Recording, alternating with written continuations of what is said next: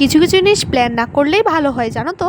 তো আজকে সেরকমই একটি দিন, প্রায় অনেক দিন পরে একটু ফাঁকার সময় পেয়েছি আমরা, তাই দুজনে মিলে ভাবলাম যে চলো কোথাও থেকে ঘুরে আসা যাক।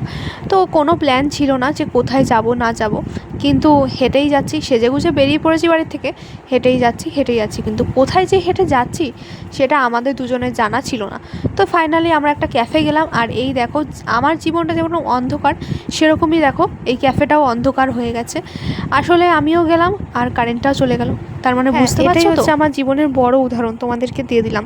তো তারপরে ফাইনালি কারেন্ট আসলো, আর চারিদিকে কিন্তু অনেক লোকজন ছিল, আর চারিদিকে অ্যাম্বিয়েন্সটা কিন্তু দারুণ লাগছিল। তোমরা খেয়াল করে দেখবে কিছু জিনিস প্ল্যান করেও না ক্যান্সেল হয়ে যায়।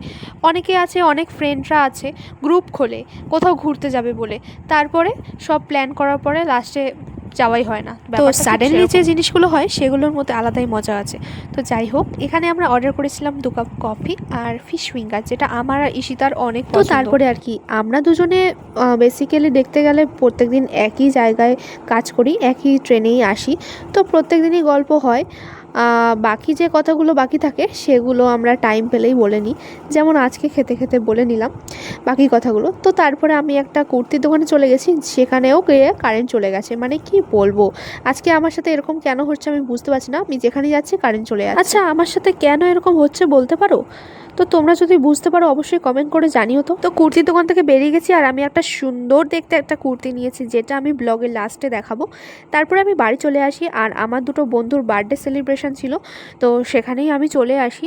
তো সবাই মিলে আড্ডা দিলাম, অনেক মজা করলাম, গল্প করলাম। তারপরে ফাইনালি বার্থডে বয়দের জন্য কেকটাও চলে আসলো তারপরে, আর ওরা এখানে কেকটা কাটতেও বসে গেছে। তোমরা হয়তো অনেকেই ভাবছো যে দুজনের বার্থডে কি একই ডেটে?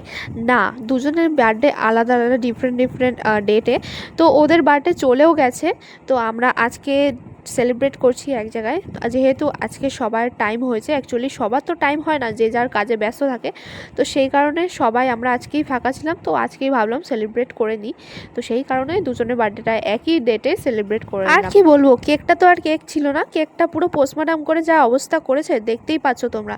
মানে কি বলবো, আর বলার কিছু। আর এখানে সোনু বেচারা ভাবছে আমি হয়তো পাবো না কেকটা, ওই জন্য ও নিজেই কেকটা কেটে খেয়ে নিচ্ছে আর কি বলবো। মানে বন্ধু বান্ধব এক জায়গায় থাকলে যা হয় বুঝতেই পারছো।